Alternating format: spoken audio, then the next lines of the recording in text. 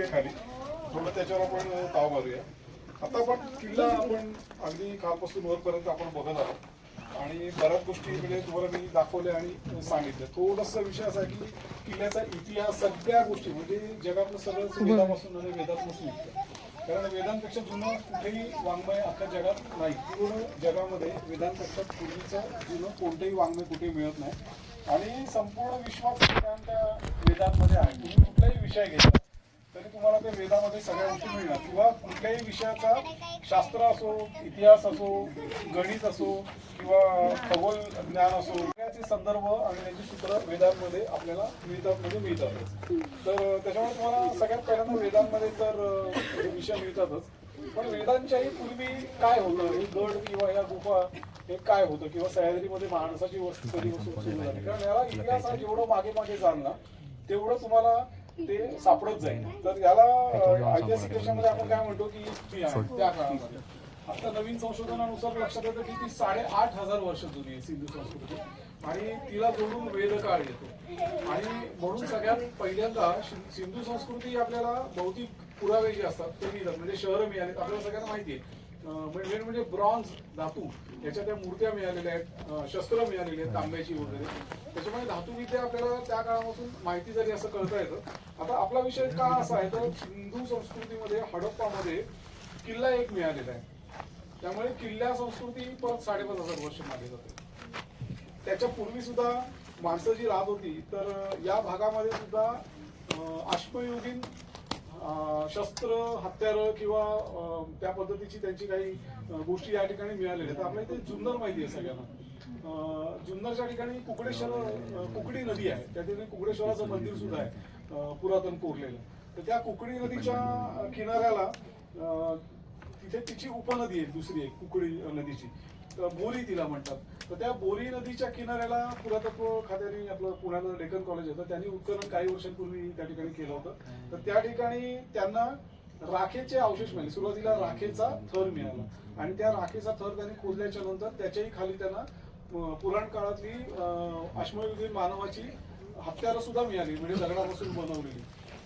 तर याचा अर्थ काय होतो की हत्यारं खाली आहेत बरोबर, त्याच्यावरती राखेचा थर आहे. आता बघा कसं आश्चर्य आहे, म्हणजे काय घडत असतं जगामध्ये विश्वामध्ये आणि आपण किती छोटे असतो. तर ती जी राख आहे याचं जेव्हा प्रयोगशाळांमध्ये संशोधन केलं गेलं तेव्हा ती राख इंडोनेशियामध्ये झालेल्या ज्वालामुखीची हवेने उडून आलेली राख होती आणि तिचा प्रचंड मोठा थर होता तो. म्हणजे त्याच्यापूर्वी मानवी वस्ती होती, त्याच्यामुळे त्याची हत्यारं खाली मिळालेली आहे. आता हा ज्वालामुखी कधी झाला तर त्याचं आयुर्मान त्यांनी तिथे काढलं ते 17 लाख वर्ष, म्हणजे 17 लाख वर्षापूर्वीच्या राखेखाली अश्मयुगीन हत्यारं मिळाली. म्हणजे त्याच्या आधीची ती संस्कृती होती तिथे. म्हणजे 17 लाख वर्षापूर्वी या सह्याद्रीमध्ये त्याच्या किनारपट्टीवरती मानवी वस्ती होती. भले ते आदिमानव असतील, म्हणजे मानव या ठिकाणी एवढ्या 17 लाख वर्षापासून या सह्याद्रीच्या परिसरामध्ये दऱ्याखोऱ्यांमध्ये वावरतोय हे त्याच्यावरून सिद्ध होतं आणि हे ऐतिहासिक पुरावे त्याच्यामुळे ते सत्य आहे. आता याच्यामध्ये मिळाली राख आणि त्याच्यामध्ये मिळालेले जीवाश्म, म्हणजे या काळामध्ये आपल्याला मॅमथ हत्ती माहिती आहे. तर तसे हत्ती गेंडे मोठ्या आकाराचे, म्हणजे जसा डायनोसॉर असतो तसं, तर तशा प्राण्यांची अस्थी त्यांचे फॉसिल सुद्धा या भागामध्ये काही ठिकाणी मिळालेले आहेत त्या ठिकाणी.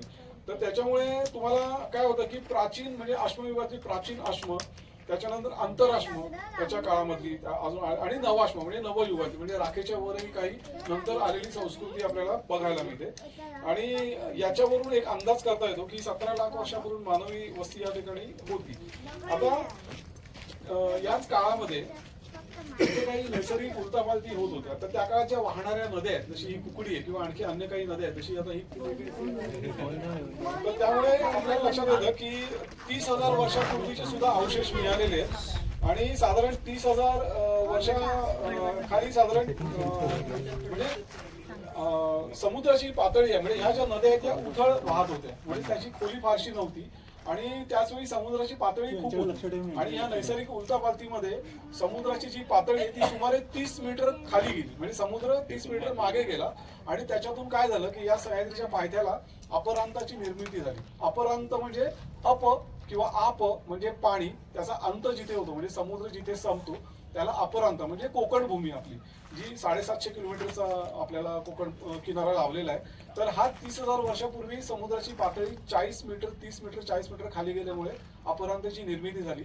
आणि अपरांताची निर्मिती आमच्या पुराणांमध्ये आपल्याला वर्णन केलेले आढळते की आपल्याला माहिती आहे की परशुराम आहेत दशावतारांपैकी, तर त्यांनी समुद्र मागे हटवला आणि त्यांनी जी भूमी निर्माण केली ती परशुराम भूमी म्हणजे अपरांत. हे आपल्या सगळ्यांना माहिती आहे. म्हणजे परशुरामांनी केली नाही केली हा विषय आपण बाजूला ठेवूया, थोडं पुराणातला आहे म्हणून. परंतु त्याच्यामध्ये जो उल्लेख आहे महत्वाचा की अशी भूमी समुद्र आटल्यामुळे किंवा मागे हटल्यामुळे निर्माण झाली आणि तिकडे सुद्धा मानवाची वस्ती हळूहळू झाली. आता आणि काय मुद्दाम नव्हतं मारलं. तर त्यामुळे या काळामध्ये जे काही घडलं इथे तर ते आपल्याला अशा स्वरूपामध्ये पुराण काळामध्ये कुठल्या ग्रंथांमध्ये नमूद केलेलं आपल्याला आढळतं. कदाचित त्या लोकांना या सगळ्या गोष्टीची माहिती असावी आणि म्हणून त्यांनी ते नमूद केलेलं, फक्त ते गोष्टी रूपामध्ये आलेलं आहे. म्हणजे आमच्या सगळ्या पुराण कथांमध्ये किंवा त्यामध्ये कुठेतरी सत्याचा अंश असतो हे याच्यावरून लक्षात येतं आणि त्याला भौतिक पुरावे आपल्याला मिळतात या गोष्टींचे. आणि म्हणून ह्या पुराण कथा किंवा हे काही थोतांड नाहीये. म्हणून मी अंबरात आपण बोललो होतो की मायथॉलॉजी हा खूप चुकीचा आहे. हे मिथ म्हणजे मिथक हा शब्द जो होतो त्याच्या ग्रीक शब्द आहे खरा तो.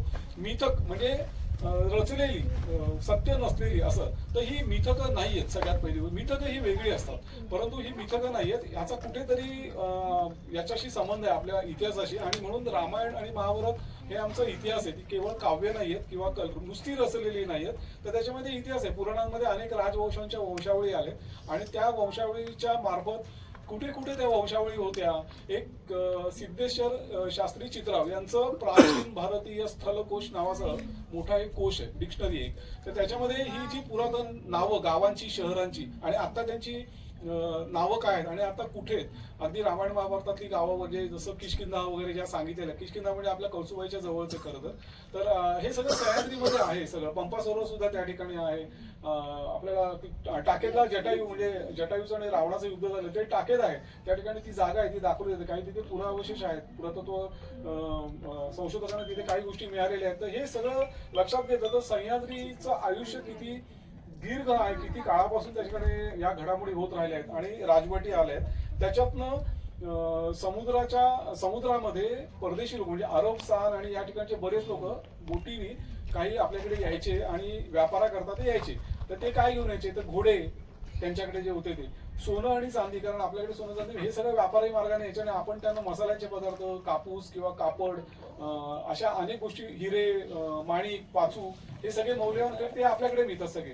हे आपण त्यांना ती याची देवाणघेवाण चालायची आणि त्याच्यातून हळूहळू या भूमीची त्यांना माहिती व्हायला लागली. आपल्याकडे शेती आहे, 12 म्हणजे 3 ऋतू आपल्याकडे असल्यामुळे सगळ्या प्रकारची शेती होते. सुपीकता आहे नद्यांमुळे, भरपूर नद्या आहेत, उपलब्ध पाणी भरपूर आहे आणि म्हणून हा प्रदेश समृद्ध आहे. इथे मोठी मोठी जंगलं आहेत, प्राणीसृष्टी आहे, सगळं आहे. त्याच्यामुळे ते मानवी वस्ती इथे भरपूर काळ जुन्या काळापासून इथे झालेले आहे. संपूर्ण जगात जर आपण बघितलं तर भारत खंड असा आहे की या ठिकाणी म्हणजे जसं आता आफ्रिका सगळ्यात मोठा भूप्रदेश आहे, अमेरिका सगळ्यात मोठा भूप्रदेश आहे आणि इतर देशांचा आपल्याला हे माहिती मिळते. परंतु सगळ्यात जास्त वस्ती ही भारतामध्ये, भारताची लोकसंख्या जास्त आहे.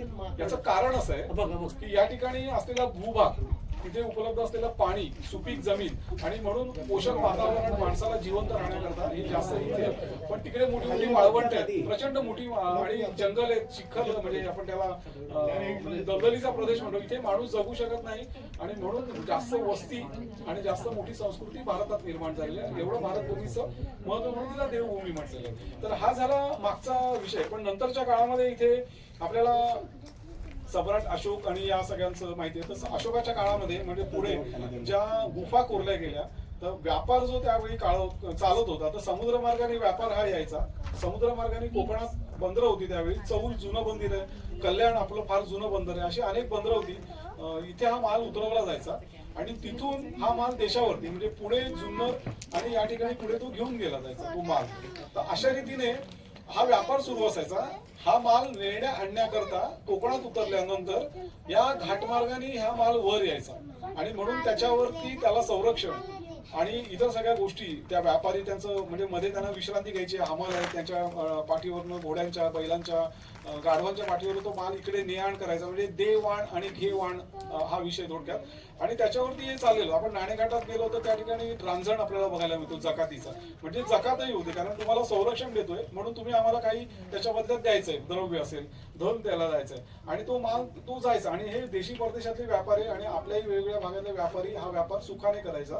तर हे जे ट्रेड रूट होते, व्यापारी मार्ग ज्याला रेशीम मार्ग किंवा सिल्क रूट सुद्धा म्हटलं आपल्याला, हे ट्रेड रूट आहेत सगळे. बोरघाट असू दे, नाणेघाट असू दे किंवा अन्य कुठचेही घाट असू दे, कोकणातून वर चढण्याकरता आणि वरून उतरण्याकरता हे घाट होते. त्याच्यावर संरक्षणाच्या चौक्या होत्या. हळूहळू या चौक्याच्या ठिकाणी वस्ती करण्याकरता अशा गुफा खोदल्या गेल्या. मग बुद्ध काळामध्ये काही बौद्ध गुंफा आपल्याला पाहायला मिळतात. पण त्या ठिकाणी मानवी वस्ती असायला, म्हणजे त्या ठिकाणी पाण्याची व्यवस्था, मग संरक्षण व्यवस्था, मग माल ठेवण्यासाठी गोडाऊन, अशातनं हळूहळू त्या संरक्षक चौकी झाल्या. आणि त्या चौकींच्या ठिकाणी नंतर जे वर सैन्य राहतं त्या सैन्याला राहण्याकरता खाणं पिणं सगळं वस्त्र शस्त्र हे सगळं ठेवायला एक संरक्षित जागा पाहिजे. आणि अशा रीतीने ह्या चौकीचे किल्ले झाले. ते हे किल्ले गेल्या 2000 वर्षापर्यंत पासून आपल्याला पाहायला मिळतात. इकडे या थोडस. नाही त्याला काहीच करू नका, तुम्ही इकडे या, तुम्ही इकडे या, त्याला काहीच करू नका, तो उलटा आहे का. तर अशा रीतीने किल्ल्यांची निर्मिती ही इथे झालेली आहे. तर सातवाहन काळ आपल्याला महाराष्ट्रामधले जे सातवाहन राजे नाणेघाटाची निर्मिती त्यांनी केली. तिथला जीवलनचा किल्ला आहे, हा लोहगडचा किल्ला आहे. कारण इथे हे किल्ल्यांची निर्मिती इथे झालेली आहे. मग सातवाहन काळामध्ये हे किल्ले बांधले गेले. त्याच्यानंतर पुढे शिलाहार राजे आपल्याकडे आलेले, चालुक्य राष्ट्रकूट यांनी सुद्धा नळदुर्ग वगैरे हे सगळे किल्ले हे बांधून घेतले. तर तसा हा शिलाहारांच्या काळातला, सातवाहनांच्या काळातला, नंतर शिलाहारांच्या काळातला हा किल्ला आहे. मी ते मला सुरुवातीला सांगितलं की 2000 वर्षापूर्वीचा हा किल्ला आहे. कारण तिथे ज्या 2 गुफा आहेत त्याच्यावरती शिलालेख आहेत, ज्याचे फोटो आपण तिथे प्रवेशद्वाराचे ते पाहिले. तर त्याच्यामध्ये जैन शिलालेख आहेत. ते त्यांची शिलालेखाची सुरुवात करतात, जसं आपण श्रीकाराने किंवा ओंकाराने करतो तशी ती सुरुवात केलेली आहे. आणि त्याच्यावरून ते लक्षात येतं की जैन काळामधला तो शिलालेख आहे. त्याच्यामुळे जैन लोक या ठिकाणी वस्ती करून व्यापारी किंवा संरक्षक दल या ठिकाणी राहत होते जाण्या येण्याच्या मार्गामध्ये विश्रांतीसाठी. तर म्हणून 2000 वर्ष या किल्ल्याचं आयुष्य मागे जातं. त्याच्यानंतर 2000 वर्षानंतर पुढे या किल्ल्याला की याचं लोहगड नाव कसं पडलं हा एक विषय याच्यामध्ये आहे. तर असाच एक राजस्थानामध्ये असलेला राजवंश होता, राजपूत क्षत्रिय. म्हणजे फार कमी लोक ही गोष्ट सांगतात, मला फक्त एका पुस्तकात त्याचा संदर्भ मिळाला होता. तर त्या ठिकाणी हा जो राजवंश आहे हा कोण आहे, तर हा चालेल एक थोडक्यात मला थोडस एवढा विषय फक्त हा मग आपण खाली जाऊ. तर आपल्याला प्रभू रामचंद्रांची 2 मुलं आहेत, लव आणि कुश.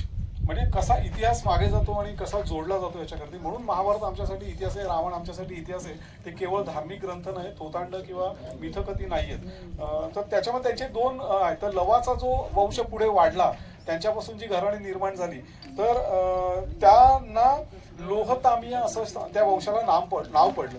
आणि ते पुढच्या काळामध्ये जेव्हा मुसलमानांची आक्रमणं त्या उत्तर भारतामध्ये झाली त्यावेळी लोक तिकडनं राज्य सोडून खाली कोकण भागामध्ये अवघड या प्रदेशामध्ये येऊन राहिले आणि इथे राज्य करायला लागले.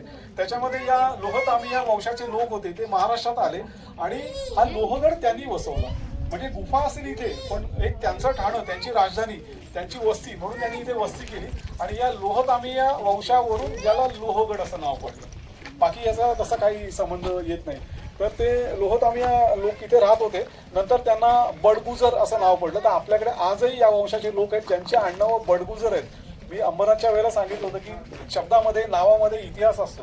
तर हे जे बडगुजर आहेत हे या लोहतामिया राजपूत वंशाचे लोक आहेत. महाराष्ट्रामध्ये येऊन ते बडगुजर झाले आणि त्यांना खरं बड उज्ज्वल नावाचा एक पुत्र झाला त्या लोहतामिया वंशातल्या एकाला. आणि त्यांनी जे घराणे निर्माण केले ते नंतर पुढे अपभ्रंश होऊन बडगुजर नावाचे लोक झाले. तर अशा रीतीचा एक अलवार जिल्हा आहे राजस्थानच्या बाजूला. तर त्या ठिकाणी निळकंठेश्वर महादेवाचं मंदिर आहे. त्या ठिकाणी 1060चा एक शिलालेख आहे. म्हणजे मी हे सांगतो या कथा नाहीयेत, हा इतिहास आहे, याचे डॉक्युमेंट्स आहेत. जसा इथे शिलालेख होता तो त्या 1060च्या शिलालेखामध्ये मथनदेव बडगुजर नावाचा एक व्यक्ती येतो आणि त्याचं ठिकाण, त्याची राजधानी हा लोहगड असं त्यांनी दिलेलं आहे. तर तो हा लोहगड, आणि तिथे त्यांनी म्हटलंय सह्याद्रीचा उल्लेख केलेला आहे, म्हणजे तो लोहगड अजून कुठल्याही कडचा नाहीये. तर त्या वंशाचे इथे लोक जवळजवळ मला 2 शतका तरी इथे कदाचित त्यांनी राज्य केलं असावं. आणि मग जेव्हा मुसलमानांच्या स्वारी या बाजूला झाल्या तर त्यावेळी या गडावरती मी जे सांगितलं गड टाळदेव त्यांच्याच काळातला पुढच्या तो एक साधू या इथे ठिकाणी राहत होता. तर त्याला आल्यानंतर वरून खाली फेकून दिलं, ते मी तुम्हाला सांगितलं.